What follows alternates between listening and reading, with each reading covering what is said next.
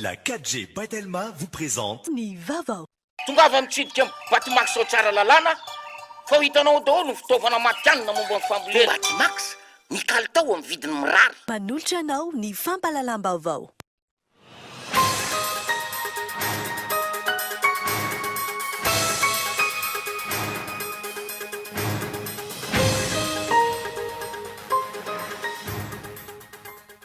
Tafiakatra folo ireo marary mafy ny Covid-19 eto Madagasikara raha ny tatitra navoaka ny CCO androany.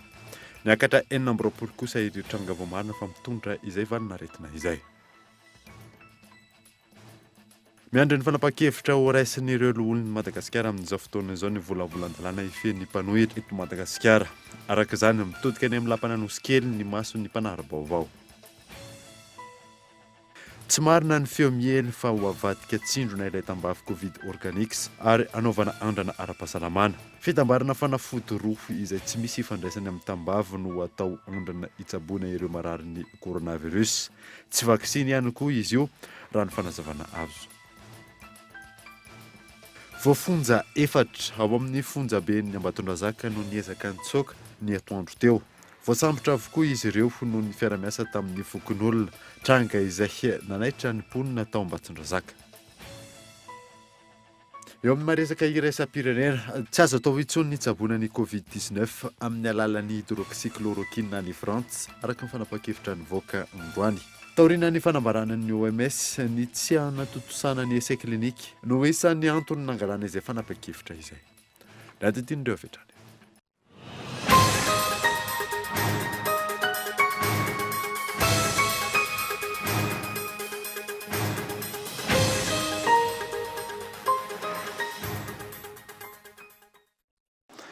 Finaritra tompoko lasy sy tompoko vavy fotoana vaovao eto amin'ny École TV ka manasanao anaraka izany hatramin'ny farany. Nanomboantsika ny vaovao tafiakatra folo ireo marary mafy ny Covid-19 eto Madagasikara raha nitatitra izay navoaka ny CCO androany. Miampy 4 kosa ireo tranga vao marina fa mitondra ny tsimikaretina Michel Renardzon. Tsy mitsaha mitombo ny antotanisa amin'ny tranga vao marina fa mitondra ny coronavirus eto Madagasikara. Ho an'ny androany niampy 4 indray ireo tranga vao marina ary nampiakatra ny isa ho 29 nanomboka ny 30 mars hatramin'ny androany vokatry ny fitiliana nataon'ny Institut Pasteur de Madagascar, ny Centre d'infectiologie Charles Mérieux ary ny laboratoire Joseph Ravoahangy Andrianaval. Ny fitiliana izay natao tamin'ireo fakana singa ireo dia nahitana tranga vaovao 410 ny Institut Pasteur de Madagascar. Teto Antananarivo 4 zany no vaovao nahitana tsimikaretina coronavirus. Ny anankitelo dia avy eto Antananarivo avokoa. Ny anankiray indray dia olona avy any Fenerive-Est. Ny tany Tomasina indray ny laboratoire mobile dia 10 zany ny isan'ireo olona izay nahitana ny tsimikaretina coronavirus. Misy soritra aretina avokoa izy ireo ary ny 4 amin'izy ireo dia ilay atao hoe forme grave. Ny teto Antananarivo Centre d'infectiologie Charles Mérieux indray dia nanao fitiliana fakana singa 12 ka 10 no nahitana tsimikaretina coronavirus tamin'ireo fitiliana ireo. Ny hôpital Joseph Ravoahangy Andrianaval dia nanao fitiliana fakana singa 750 ka 2 ny nahitana tsimikaretina tamin'ny 750 dia avy eto Antananarivo avokoa ireo olona ireo. Raha ny antotanisa hatramin'ny androany miisa 1,907 ireo fitiliana vita ny Madagasikara. Raha toka ny ampy 4 ireo olona sitrana tafiakatra 10 kosa ireo marary mafy ny Covid-19 na ny antsoina hoe forme grave. Tsy ahivina fa mbola ao anatiny fahamiana ara-pahasalamana isika eto Madagasikara ary mitana avokoa ny fipetranapetraka rehetra ary ferina ny fifamezivezena. Misy an'ireo faritra 4 izay efa nametrahana hoe tsy azo atao ny miveziveze mivoaka sy miditra. Dikan'izay zany aloha dia na izaho na ianao isika rehetra dia tafiditra ao anatin'izay fepetra izay daholo tsy hakanavaka mihitsy zany hoe tsy mihetsiketsika amin'ny toerana misy atsika. Ary amin'ny toerana misy atsika ande misy toeram-pitsaboana, misy ireo efa tena atao hoe ny rafitra rehetrarehetra zany ahafahana mandray an-tanana raha sanatry ny vavaka misy atao hoe tranga vaovao izay. Hatreto raha toka tsy nitsaha mitombo ny marary eto Antananarivo sy any Toamasina tsy nahitana tranga vaovao intsony ny any Fianarantsoa. Miandry ny fanapahan-kevitra ho raisin'ireo olona amin'izao fotoana izao ny volavolan-dalàna ifehy ny mpanohitra eto Madagasikara. Araka izany mitodika eny amin'ny lampana nosy kely ny mason'ny mpanara-baovao io no nasaina. Miverina andatabatra indray ankehitriny ny lalàna mifehy ny mpanohitra sy ny fanoherana eto Madagasikara rehefa nangina tao anatin'ny volana maro. Ny fandaniana izany izay ahafahana mametraka ny fanoherana manaraka ny lalàna eto Madagasikara. Ankehitriny, eny ampelantanan'ireo loholona ny safidy momba izany. Andanin'izany ve izy ireo sa anitsy sa iandro fivoriana manaraka indray? Io no fanontaniana an-tsain'ny mpanara-baovao. Mikasika ilay lalàna ifehezana ny mpanohatra dia eo anivon'ny antenimieran-dolona izy amin'izao fotoana izao. Efa nampidirina tao anaty asam-boamera ihany ilay izy fa misy ny tsy fahafahana teo amin'ny filohan'ny voamera izay tokony hitarika ny raharaha eo anivon'ny antenimieran-dolona dia izay no nampihemotra azy kely. Fa ny zavatra azonay ambara aloha izany dia hoe vonona foana zahay ary vonona tanteraka ka rehefa miantso ny avy eo anivon'ny antenimieran-dolona dia tonga zahay hiroso amin'ny fandresen-dahatra ho fampandaniana izay tolo-dalàna izay. Anjara ny antenimieran-dolona ngamba no misehatra ary mandray anjara amin'ny izay mety ho tsikerana fanatsarana na fandaniana n'ilay tolo-dalàna fa ny zahay eo anivon'ny antenimieram-pirenena manokana dia mahatsiaro zay fa vitanay ny anjaranay.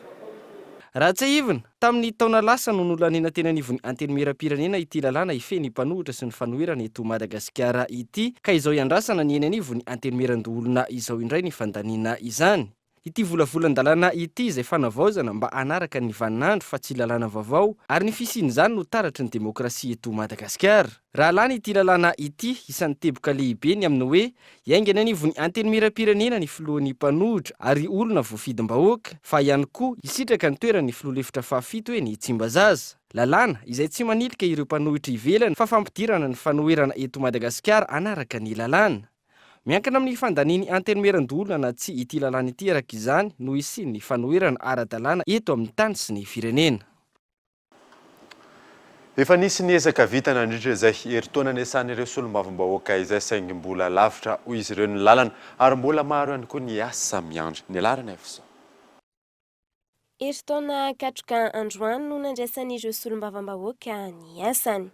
Mety tsara hoy ireo solombavambahoaka nanaovana fanadihadiana androany ny fifandraisan'izy ireo sy ny governemanta hatreto. Efa misy ny ezaka vita fa misy amin'izy ireo ihany koa no hiandry fotoana lavalava vao ilaza ny fahitan'izy ireo ny fiasan'ny governemanta. Mbola takiny dia mbola misy vaovao ary izay no andrasan'ny vahoaka satria ny resaka sosialim-bahoaka zany tena ilaina manoloana izao valana aretina izao satria marary ny sosialy, ny sahirana ny vahoaka eo amin'ny lafin'ny sakafo, amin'ny lafin'ny rehetrarehetra.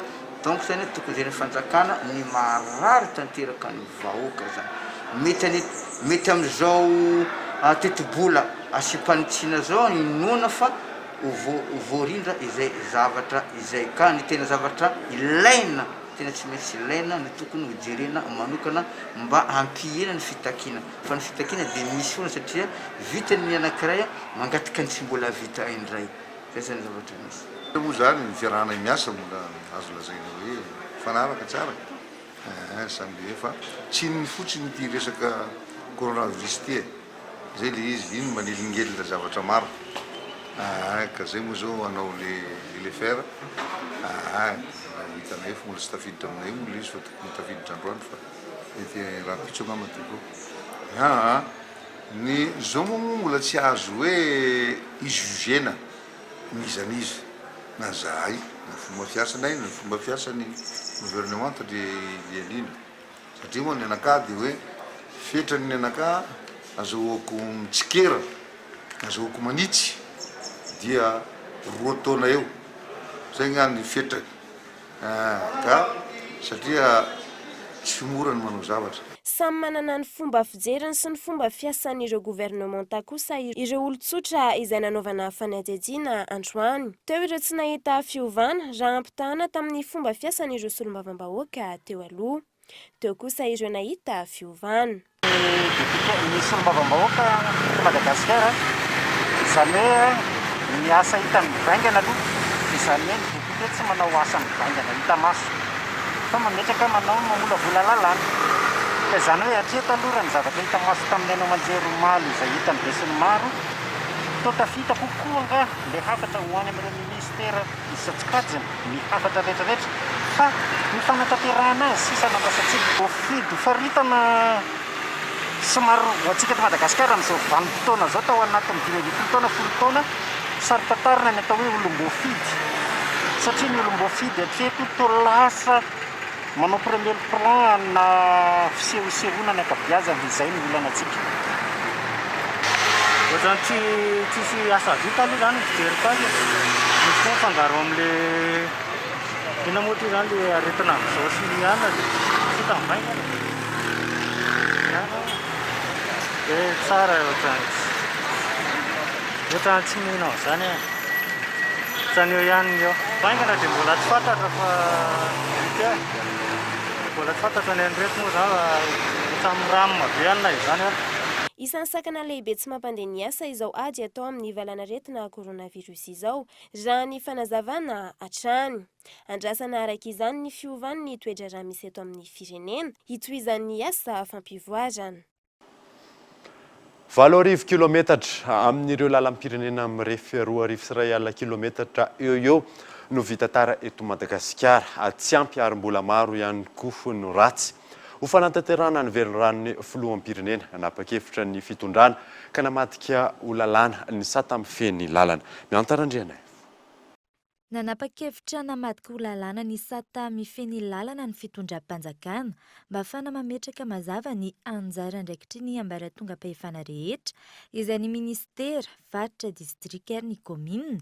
manoloana ny fitantanana ny fanajariana fanamboarana sy ny fikojakojana ary fampiasana ny fodrafitrasa sy tambazotra ny lalana eto Madagasikara. Teboka dimy lehibe no zava-baovao sy fanavaozana intin'ity lalàna mahakasika ny lalana-ty. Ny fanasokajiana ireo lalana mifanaraka amin'ny lalàna mifeny fitsinjaram-pahefana ankehitriny. Ny fametrahana fepetra vaovao amin'ny famatsim-bola ho an'ny fanamboaran-dalana amin'ny alalan'ny fiara-miasan'ny fanjakana sy ny sehatra tsy miankina. Fametrahana ny fond routier izay sampan-draram-panjakana isana ny fitantanan'ireo teti-bola rehetra entina anaovana ny fanajariana, fanamboarana, fanarenana, fampiasana sy ny fikojakojana ireo lalana rehetra isan'ambaratongany. Eo ihany koa ny fampidirana ny fepetra manokana mamaritra ny lalam-be mikodana na ny autoroute izay tsy mbola nisy teto amintsika. Ny fanavaozana ireo fepetra izay heverina fa tsy mifanaraka intsony amin'ny vaninandro sy ny rafitra ao anatin'ny lalàna 7 tsipika aotra 20 tamin'ny 20 janoary 7 izay nanaovana ny sata amin'ny feny lalana. Araka ny rafi-pitsinjaram-pahefana misy ankehitriny dia nisokajiana ho 3 ireo tambazotra an-dalana eto Madagasikara. Tambazotra ny lalam-pirenena izay tantanin'ny fanjakana foibe amin'ny alalan'ny ministera ny fanajariana ny tany sy ny asa vaventy. Ny tambazotra ny lalam-paritra izay tantanin'ny faritra amin'ny alalan'ny governoram-paritra ary ny tambazotra ny lalana kominaly izay tantanin'ireo komina amin'ny alalan'ny ben'ny tanàna. Ny fitantanana sy fandaminana ary famatsim-bola ho amin'ny fanajariana, fanamboarana, fikojakojana sy fampiasana ireo sokajin-dalana fodrafitrasa an-dalana dia andraikitra ireo sampan-drara isan-tokony ireo ny mamaritra azy. Afaka miantso fiara-miasa amin'ny sehatra tsy miankina izy ireo amin'izany na koa mifanaraka amin'ny fifanampiana ireo sampan-drara 3 ireo amin'ny fitantanana ny tambazotra an-dalana io. Natsangana ihany koa araka izany ny fond routier na ny tahirim-bola-panjakana mikasika ny lalana eo anivon'ny ministera misana ny asa vaventy izay sampan-drarana atao hitantana ireo teti-bola rehetra tafiditra ao anatin'ny asa fanamboarana, fanajariana, fikojakojana sy fampiasana ireo tambazotra an-dalana rehetra. Zava-baovao ankoatr'izay nentina ity lalàna mifeny lalana ity ny fampidirana fepetra manokana ifeny lalana mikodana izay tambazotra an-dalana aingam-pandeha tambazotra an-dalana afaka iandreketan'ny fanjakana foibe na ny faritra. Tsy maintsy manaraka ny fenitra mifeny tetikasa lehibe ka tsy maintsy mandalo fandiniana ara-tontolo iainana, ara-tsosialy ary ara-ekonomika sy ara-teknika ireo tetikasa fanamboaran-dalana rehetra. Tanjona amin'izao ny fanatanterahana ny velorano napetraky ny filohan'ny Repoblika Andry Rajoelina mikasika ny fanamboarana sy fanavaozana ary fampitomboana ireo tambazotra an-dalana eto Madagasikara. Araiky ny Antotanisa 8,000 kilometatra amin'ny lalam-pirenena mirefy 2,1 kilometatra eo hatreto no efa vita tara eto amintsika. Isan'ny olana ny tsy fampiana sy faratsiany tambazotra an-dalana hafa mampitoy ny faritra, distrika, komina sy ny vokotany. Entina mahan'io olana io araiky izany ary mba hisy ny fitsinjarana andraikitra mazava tsara amin'izay fitantanana sy fanamboarana, fikojakojana sy fampiasana ireny lalana isan-karazany ireny no nanatotosana ity fepetra ity. Amin'izao araka ny tokony ho izy ny asa fanamboarana ireo immeuble R+4 eny Ivato amin'izao fotoana izao na eo aza ny fisian'ny valanaretina coronavirus ho tratra araka ny fepetoana napetraka ny fahavitan'ny asa raha ny fanamboarana azo. Io ny nasaina. Nidina nijery fotony fizotry ny asa eny amin'ny immeuble R+4 izay tetika asan'ny fitondram-panjakana eny Ivato androany mpanao gazety eto amin'ny Cool TV FM. Mandeha ny asa fanamboarana ary eo amin'ny fototra amin'izao fotoana ny orinasa manao ny asa. Immeuble numéro 1 de Guéry numéro 3. Eto ambany eto zany ny installation du chantier ny filière amin'izao. Tsika zany zao afa vita le pont de foot nanao an'le répandazina CNT 031 dia manao compactage mihitsy zany zao compacteur hitanareo anaty ny tetikasa eny Vato le famboarana an'le immeuble mora dia efa manomboka izy io rehefa nanomboka eo amin'ny tapabolana eo latsaka kely dia efa manomboka mifototra le zavatra fototra zany zavatra tsy tsotsotra akoriny raha trano kelikely izy dia moramora fa le izy trano avo be dia mbola ampanaovana ny fototra amin'izao fotoana zao ary mizotra tsara ny asa amin'ny ara-potoana tratrarana an'le tanjona ho tratrarana. Araka izany ny analogue na ny agence nationale d'appui au logement et à l'habitat no manara-maso ny asa fanamboarana eny an-toerana. Asa izay mizotra araka ny tokony ho izy na eo aza ny vanim-potoana misy ankehitriny ajaina ireo fepetra ara-pahasalamana. Ny fenitra dia voalaza ao amin'ny contrat zay no lazana azy izay tsy maintsy arahana isaky ny ambaratonga an'asa zay ho tanterahana. Ny fanarahana maso moa dia ny analogue ihany no manara-maso eny dia misy tsy maintsy misy ny olombelona en permanence miandry eny toerana mandra-pahavitan'ny asa rehetrarehetra. Manaraka sakany tsy andavana na ny avy aty amin'ny analogue na ny mpiasa ao toerana dia manaraka sakany tsy andavana zay rehetrarehetra zay na ny fidiranao amin'ny chantier dia tena stricte zany fidiranao amin'ny chantier fa tsy olona na mandehandeha fotsiny amin'izao vao miditra eo anao dia fa gel inona ny antonasa andehananao raha olona vahiny ianao ny rehetrarehetra tsy mahazo mifana kasika misy epiena. Trano manaraka ny fenitra no atsangana araka ny fampanantenana natao ny filohan'ny Repoblika tamin'ny vahoaka malagasy tanjona ny anomezana trano fonenana sahaza ny rehetra. Mpiasa teratany vahiny misy 570 ny orinasam-bato vy no nanainga androany maraina tao amin'ny seranam-piaramanidina Ambalamanasy Tomasina. Ny herinandro avy izao no iainga ny andiany manaraka. Henri Flory. Mpiasa eo anivon'ny orinasam-bato vy misy 570 no niainga tao amin'ny seranam-piaramanidina Ambalamanasy Tomasina androany hody any an-tanindrazany. Ny orinasam-bato vy izay isan'ireo orinasa goavana misedra ny afitsiky ny valanaretina coronavirus no izy ireo izay nahitana mpiasa mitondra ny tsy mikaretina coronavirus betsaka ka ny afara tamin'ny fampetona ary ny fandraisana fepetra entitra ny amin'ny fampiboana tanteraka ireo mpiasa ao anatin'ny faritra misy ny orinasa ao Tanandava Tomasina. Nanainga androany hamonjy fodiana any an-tanindrazana ireo teratany vahiny mpiasa amin'ity orinasa ity. Tamin'ny alalan'ny sidina anatiny hiazo ny seranam-piaramanidina iraisam-pirenena Ivato no nizoran'izy ireo avy any Tomasina. Niainga tamin'ny valora marina ny sidina voalohany ary tamin'ny 120 kosa ny sidina faharoa.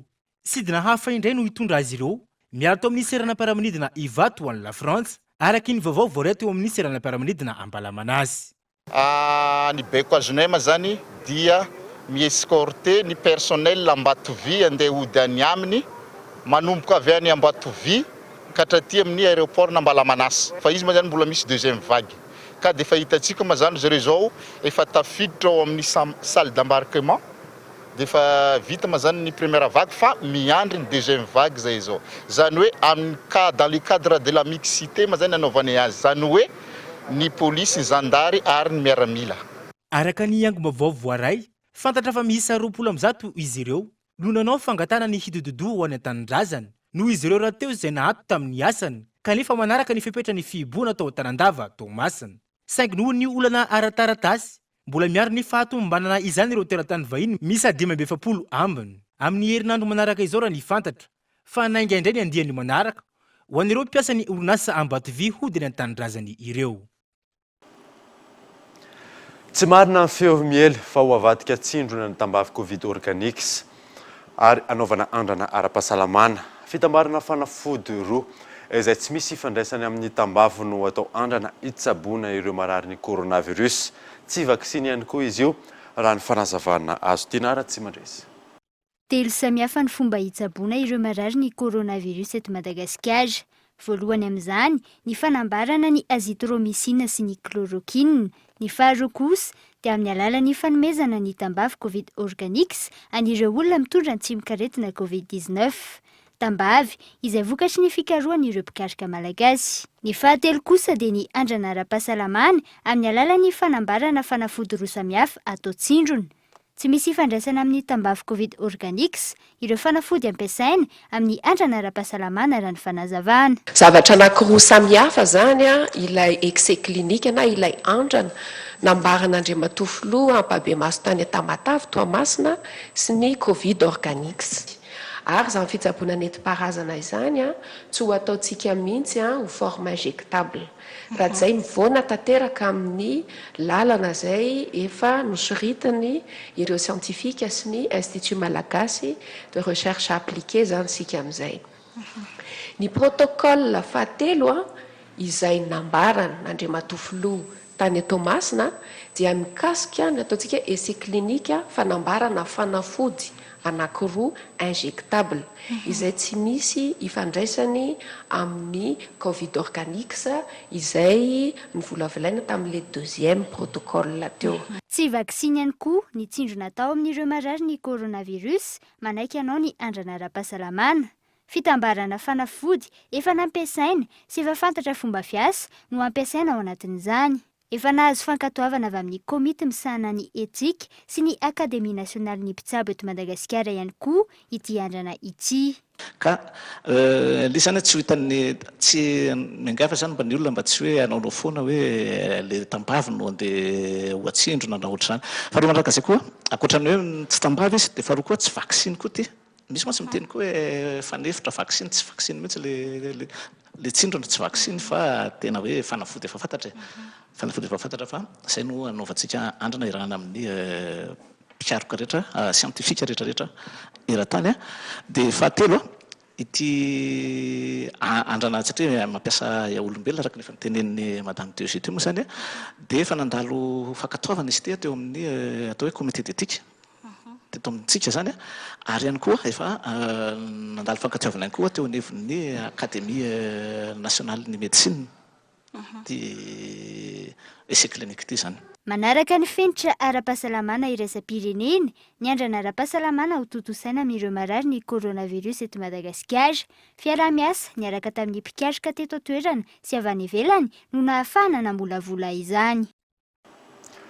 Isy fiovana ny fomba fandevenana ireo marary nodimandry vokatry ny valin'aretina coronavirus. Efa eny anivon'ny Ministeran'ny Fahasalamam-bahoaka ankehitriny ny sosokevitra mahakasika izay. Tinara tsy mandresy. Niteraka resabe sy fanahina teo anivon'ny fiarahamonina sy ny tambazotra sosialy ny mahakasika ny fandevenana ireo nodimandry vokatry ny valan'aretina coronavirus. Araka ny nambaran'ny talen'ny birao munisipaly misahana ny fahadiovana eny Isotrona BMH, izy fiovana ny momba ny fandevenana ny razan'ireo nodimandry vokatry ny coronavirus ary isy ireo fepetra ara-pahasalamana tsy maintsy arahana mandritra ny fanatanterahana izany. Ahina mety hanomevahana ny fiparitahana ny valan'aretina amin'ny alalan'ny fifampikasoana ny tsy fanajana ireo fepetra ireo amin'ny fandevenana ireo nodimandry vokatry ny coronavirus raha nambarany hatrany. Mbola eo ampelatana ny Ministeran'ny Fahasalamam-bahoaka ankehitriny ny atonta taratasy mirakitra izany fanovana izany ary mbola miandry fankatoavana. isy ny fanambarana mahakasika izany fanovana ny fomba fandevenana izany ho totosain'ny BMH rehefa azo ny fankataovana avy amin'ny ministera tompon'andraikitra. Ilana fitandremana betsaka tokoa ny fikirakirana ny razan'ireo nodimandry vokatry ny valanaretina COVID-19 satria mbola mety hamindra ny razana. Raha ho any epita ohatra, tsy maintsy atao ao anatin'ny arona manokana voatokana amin'izany na ilay antsoina hoe sac mortuaire ny razana mandritra ny fitaterana azy ary mila mitafy ireo fiarovana rehetra ny mpikirakira sy mpitatitra izany. Diovina amin'ny fanafody ny arona manokana misy ny razana. Tsy azo iretatoro ihany koa ny razana ary olona 5 ihany no mahazo mijery izany razana izany. Tsy azo atao ny fianakaviana ny kasikasika ny avany nodimandry. Tsy maintsy manao fitafy fiarovana avokoa ny rehetra mandra-panitrihana ny razana ao anatin'ny vatapaty. Alevina ao anatin'ny fotoana faran'izay aingana ny razana ary ferana anisan'ireo mahazo manatrika izany. Ho an'ny malagasy manokana, manana anjara toerana lehibe ny razana, na dia eo aza ny fanajana ny fomba malagasy, tsy azo atao ambany zavatra ny fitandrona ny fahasalamana ireo mbola velonaina. Mitodika any amin'ny ministera tompon'andraikitra ny masiny mpanara-baovao ankehitriny, miandry ny fankataovana ny fanovana ny fomba fandevenana ireo nodimandry noho ny coronavirus. Hipokolona ny toerana maro rehefa maraina raha ny fanadadinana natao na misy aza ny tahotra ny valanaretina tsy maintsy mivoaka ny trano noho ny asa andavanandro izy ireo. No mafisany teo anefa ny commune Antananarivo renivohitra manoloana izany ny fanentanana miantarandriana evo.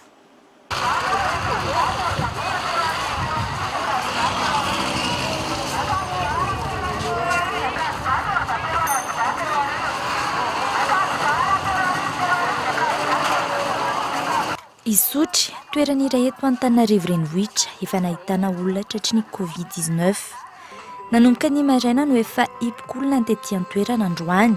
Mpandeha, olona miantsena na ihany koa mpivarotra, saika manohy ny afiainany amin'ny andavanandro ny ankabeazam-ponina. Isa mivarotra eto Isotry ohatra i Rasoanitra. Araka ny fandaminana, ny tapany maraina izy ireo no afaka mivarotra remiato izany manomboka ny iray ora atoandro. Lulavina ny entana manao fatoerana aty izay fametrahana entana. Dia lulavina ny entana dia amin'ny fito sasa izay tonga aty dia mody amin'ny ray tsy maintsy tonga any an-trano. Isan'andro amin'ilay confinement. Tena tsy malapo zara raha malapo ray alina dia iny fitanana vary. Tena sahirana mihitsy rehefa tonga ny lera dia efa tonga ny polisy ilay manenoneny reny dia efa magorona entana. Ilay izay 3 alina 4 alina taloha zao ray alina ny lafo. Na misy aza ny tahotra ho azy ireo, fitandremana rehefa mivarotra ihany no ahafana misoroka ny fiparihan'ny valanaretina coronavirus. Matahotra fa tsy matahoanina dia tsy maintsy mivarotra dia rehefa tonga lera dia mandeha dia tsy maintsy manaraka an'ilay fepetra ireny. Tanana manao kasibosy amin'ireny 10 000. Manao kasibosy tonga any an-trano dia efa manda sorona daholo ny akanjo atapy-andro. Matahotra tsina satria ny ankizy mbola kely. Maro tamin'ireo olona mifamezivezy raha ny hita tetỳ an-toerana no tsy nanaja ny fepetra tokony ho arahana. Misy ireo tsy manaja ny elanelana 2 metatra, tao ireo manao arotava saingy tsy manarona ny orona sy ny vava. Ho fanamafisana ny fanentanana ny mponina manoloana io, nanetsika fiara lehibe 12 ny teo anivon'ny commune Antananarivo renivohitra. Toerana maro no tetezina raha ny fanazavana. Niarana ny asa tamin'ny centre de commandement opérationnel izay nanome ireny fiara ireny. Camion no miara-mientana eto amin'ny boriboritany enina zany hoe manana camion roa avy zany. Ny tanjona voalohany amin'ireo camion ireo zany satria maro amintsika amin'izao nefa mivoaka miasa amin'ny tapakandro maraina dia mba hanao izay fanentanana izay hatrany ary tsy misorona tsika, tsy misy ny hoe be loatra raha ny fanentanana ny mponina tsirairay ihany no atao satria zava-dehibe mety ho fihetsika kely tsy voatandrina fotsiny dia mety ampitatra sy ampita izany valanaretina coronavirus izany. Ary ny faharoa manarakaraka izany ihany koa dia ny fampitana ireo vaovao heverina zava-dehibe eto amin'ny commune Antananarivo renivohitra. Ireo fepetra maro eto Antananarivo na ny ora fivezivezen'ny sarety na ihany koa ny couvre-feu. Tsy aivina isan'ny namafisy ny fitondram-panjakana ny tsy maintsy anaovana arotava ho an'ireo olona hivoaka ny trano amin'ireo faritra misy olona tratry ny COVID-19. Sazy ho an'ireo izay tsy manaraka izany ny fanaovana asa ho an'ny tombotsoa rehetra. ho amafisina ny ady atao amin'ny covid-19 ao amin'ny distrika n'Atsimon-drano eo ny tapaka nandritra ny fivoriana ny arahan'ireo tompon'andraikitra isa-tsokajiny tamin'ity androany ity Henri Florian. Ho fanatevenina ireo fepetra rehetra izay efa napetraka sy ho fametrana ny lamina vaovao entina hiadiana amin'ny fiparitana ny valanaretana coronavirus, ny aona sy ny fampidinika amin'ny tokony hanatsarana ny ezaka efa natao sy ny fametrana fomba fiasa vaovao entina hiadiana amin'ity valanaretana ity, ireo olom-boafidy isan-tokony sy ireo tompon'andraikitra maro samihafa izay mandrafitra ny distrika n'Atsimon-drano tamin'ity androany ity. Fepetra entitra sy maro no apetraka amin'izany ho fanamafisana ny fiatrena ny ady atao amin'ny fiparitana ny valanaretana. Ny zavatra ladinika izay noresahana androany dia mahakasika ny fandraisana an'ireo fepetra rehetra ato anatin'ny distrikana Antananarivo Atsimondrano mba ahafahan'ny distrikana Antananarivo Atsimondrano mifehy ilay fiparitana valanaretina covid-19. Fanamafisana io zany ireo izay ataontsika hoe fepetra rehetra izay efa noraisina dia nisy ny fanapahana tao anatin'izay. Fankoatra izay ady atao amin'ny valanaretana coronavirus izay hatrany, ho amafisana ihany koa ankilan'ny lafy ny fandriampahalemana raha toa ka ity distrika ity izay nahitana fanafiana ny sesesy tato ato izay. Atevenina ny fiara-miasa eo amin'ny olom-boafidy sy ny fokon'olona, indrindra fa ireo mpitandro filaminana. Tsy fandriam-pahalemana eto Atsimon-drano dia miainga avy amin'ny fitaranan'ny vahoaka tsy vampifolo mihitsy satria tena efa misy mihitsy ny asan'izay olona tena mahery vaika eto. Betsaka ny nitondra faisana ny tokantrano ka reto izahay tena manetana ny vahoaka ny Atsimon-drano ifametanana amin'ny tompon'andraikitra dia ny zandary sy ny polisy zany. Eo ihany koa ny solombavam-bahoaka, ny loholona dia ny ben'ny tanàna, ny olom-boafidy rehetra mila mifametanana satria raha ohatra ka samy mandray ny andraikiny tsirairay dia tena mino fa ho foana ity asan-jolona ity. Ary efa hita pirofo zany teo satria niainga tamin'ny hetsika niarahana tamin'ny fokon'olona no nazahoana ireo olon-dratra izay tratra niainga avy any Alakamisy ny Fianararivo ka tratra tany amin'ny komina Ampahitrosy sy Ankadivolobe. Fepetra maro samihafa araka izany no apetraka ao anatin'ny distrika n'Atsimon-drano manomboka izao. Ho fampiarana sy ho fanamafisana ny ady atao amin'ny tsy hiparitana ny valanaretana coronavirus, eo ihany koa ny ampandrina ny fahalemany eny anivon'ny fokotany sy ny komina maro samihafa. Tonga eto amin'ny fotoana ny dokavarotra isika orinan'izay natatsika mahakasika ny vakifonja tany Ambatondrazaka. Eo ihany koa ny savorivory misy any Sambava rehefa avy eo ary.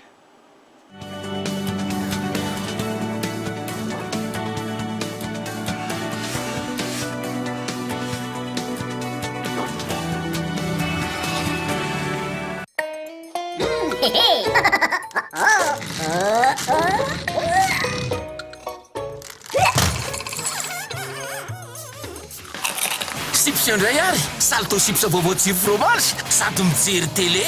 Chips ihany koa salto chips silisy, salto chips oignon. Salto, craquez la vie à pleines dents. Oui, appel vers tous les opérateurs.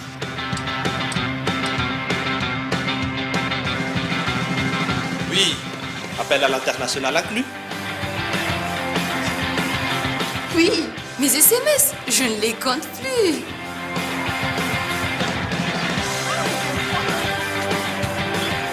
Et oui, l'Internet à la vitesse 4G. 0,5 arrière par seconde vers FAF et Club First. 1 arrière vers Telma et 3 arrières vers les autres opérateurs. Vous aussi, soyez First. À partir de 10 000 arrières, First Premium. Et découvrez toute la gamme First sur www.telma.mg ou rendez-vous en Telma Shop. Telma, Safid que numéro 1 Malagasy. Briquet Bic. Comptez sur Bic. 3000 allumettes équivalent à 2 briquets sans marque ou à un seul briquet Bic Maxi. Briquet Bic. Comptez sur Bic. Faites le calcul. 3000 allumettes équivalent à 2 briquets sans marque ou à un seul briquet Bic Maxi.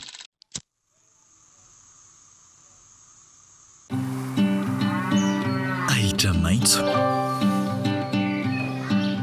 Tany manankarena.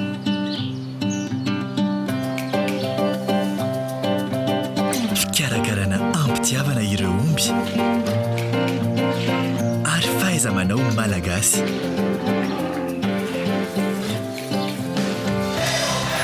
ireo ihany no ilain'ny sokole mba hanomezana anao ny tsara indrindra. Vita avy amin'ny ronono velona, tsara sy matsiro avy eo Antsirabe. Sokole, ny tsiro tena izy.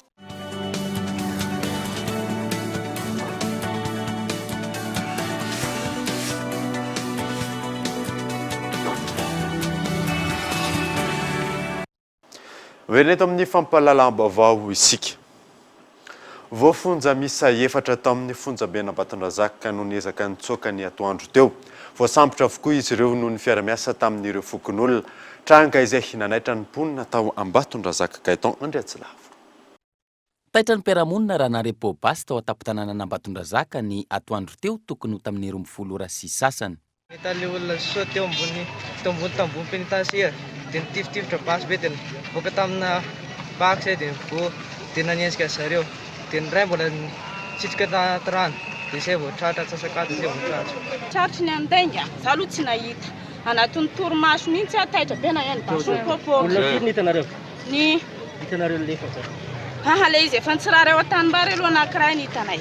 Voafonja misa efatra no niotra tamboho, ny kasa itsoka, ny refitra inefatra ny basy, natomboka tamin'ny tifitra fanairana ary ny afara tamin'ny fitifirana ny iray tamin'izy efatra ireo, voa tamin'ny feny araka izany ny voafonja iray.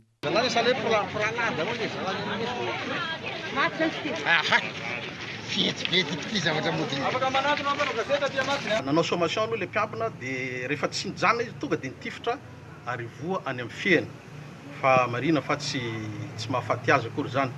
Dia tavela teo izy ny telo lahy zany mbola nanohy diany any nandeha ary dia avy hatrany niantso vonjy le agent dia alerte niaraka amin'ny lehibe ny fonja lasa ny personnel rehetrarehetra zay teo amin'ny mpananteterana ny asany nandeha nanao ny fanenjehana. Raha iverenana ny tantara, niakatra tamboho itsoka ireo voafonja misy efatra ireo ka ny fanenjehana teny amin'ny tanimbary. Ny fiara-miasa tamin'ny fokon'olona no nahitana sy natratrarana azy ireo. Ny olona no nanoro anay ny toerana izay nisitria ny tao anaty kirihatra na bararata sy onaona. Ka rehefa nahafantatra izahay hoe nitsofoka ao anatin'io onaona sy bararata io ireo voafonja ireo dia ny tenako noho ny nanentana ny vahoaka izay mpiara-monina anao ny balizy na ny sakana avy ety ivelan'io onaona io dia izahay mpandrara amin'ny fonja rehetra izay tonga teo. Marina moa zany fa nisy izay tsy maintsy nijanona taty anatin'ny fonja fa izay tsy nijanona taty anatin'ny fonja dia nidina tany dia izahay rehetra reo no nilatsaka tao anatin'ilay onaona ka nahitana an'ireo voafonja reo izay niafina tao anaty onaona. Salama tsara, tsy misy atahorana ny an'ilay voatifitra raha ny fanazavana. Efa ao anaty fonja avokoa izy efatra ireo amin'izao fotoana. Amin'izao fotoana izao zany efa ao anaty fonja daholo izy efatra izay nandositra teo tsy misy atahorana fa voaraina somatsara salama tsara izy ireo. Tsy nisy araka izany ny ainana fohy tamin'ity tranga atao Ambatondrazaka androany ity. Mezaka mandamina ny toetra rà na ao anatiny na ety ivelany ireo tompon'andraikitra raha ny fanazavana hatrany. Vanilina tsy matoy milanja 1.3 kilao indraiky no nidorana tao Andapa faritry Sava ary olona misy 5 no nahiditra amponja. Paikady vaovao no napetraka eo anivon'ny faritra iadinany tsy fandriam-pahalemana Gaëtan Andriatsilavo. Nidorana avy hatrany ireo vanilina alatra sady tsy mbola matoy milanja 1.3 kilao ary efa any amponja avokoa ireo olona misy 5 voarohirohy tamin'izany. Nandritra ny opération nataon'ny zandary tao an-toerana tao amin'ny distrika Andapa no natratrarana azy ireo. Nidina ifotony tany Andapa ny governoran'ny faritra Sava ary nanamafy hatrany fa tsy ekena ny alatra vanilina sy ny kolikoly. Tanjona amin'izany ny fanarenana ny kalitaon'ny vanilina eto amintsika.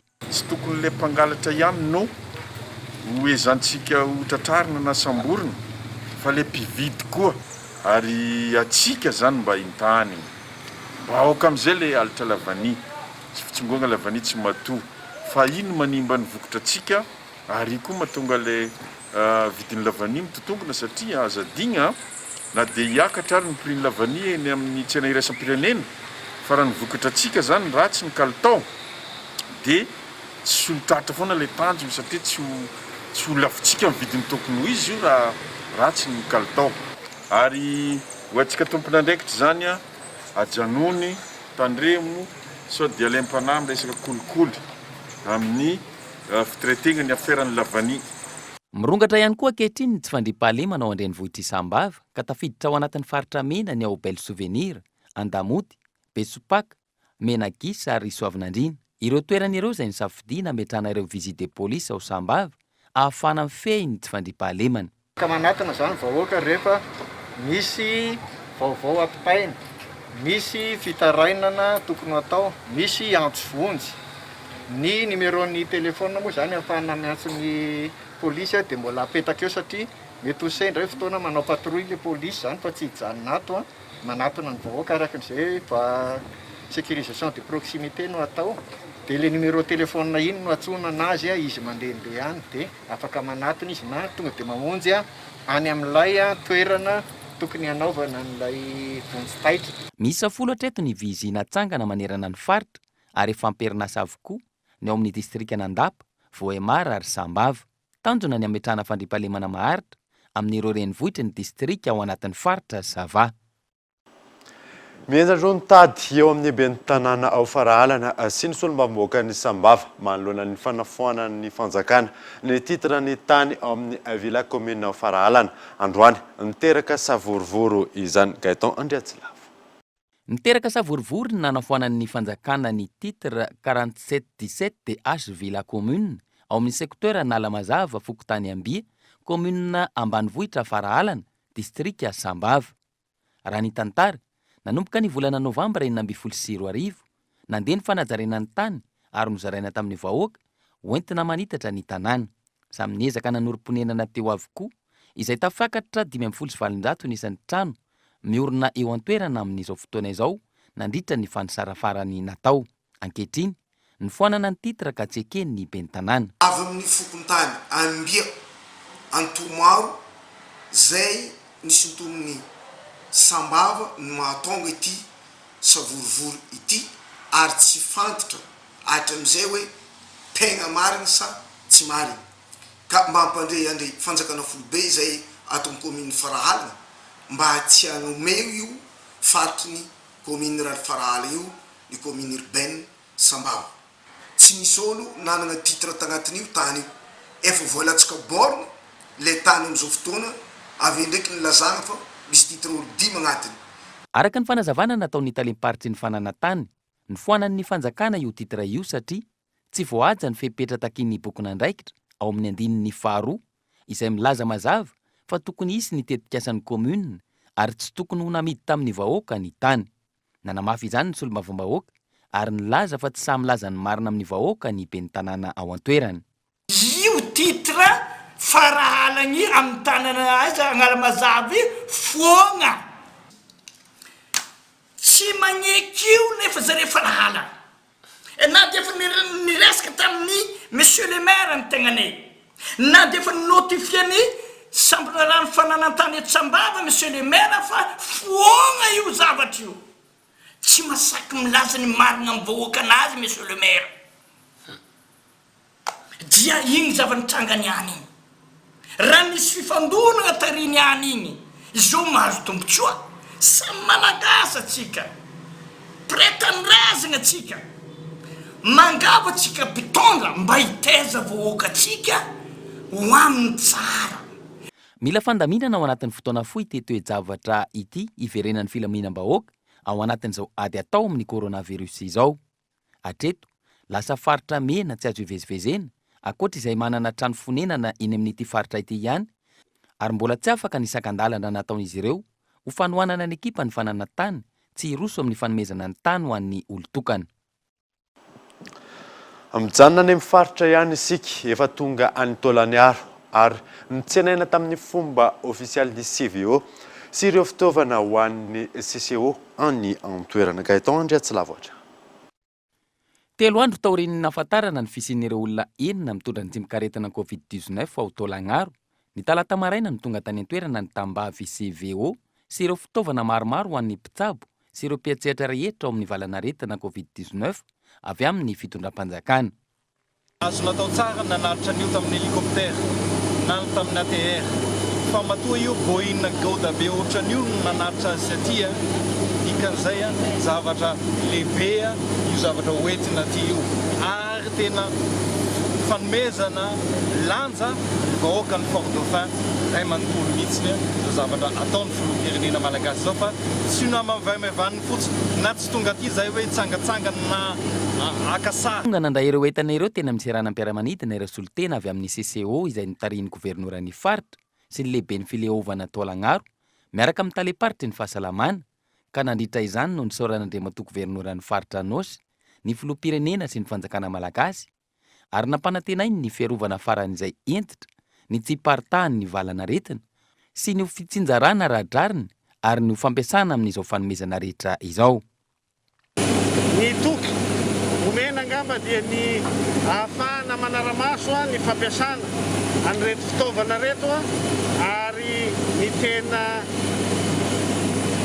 anomezana azy indrindrandrindra ipahany any amin'ny vahoaka sy ireo olona zay tandrify sy milany zay fanafody zay ary indrindrandrindra ny ahafahantsika zany tena manalavitra ary mitsabo sy anafoana an'ity valanaretina coronavirus ity aty amin'ny faritra Anosy. Nampiarahana niverina tamin'ny fiaramanidina manokana ireo kasinga nalaina tamin'ny fianakaviana maromaro nokarohina sy fantatra fa mbola nisy kontakta tamin'ireo fianakaviana izay namonjy razana avy any Toamasina. Tontolon'ny fampianarana kosa indray nanamafiny teo anivon'ny ministeran'ny fampianarana ambony fa mbola miato aloha ny fampianarana rehetra eny anivon'ny université sy ny IST eto Madagasikara. Isoroan'ny fivezivezena no antony izany fanampanazamana.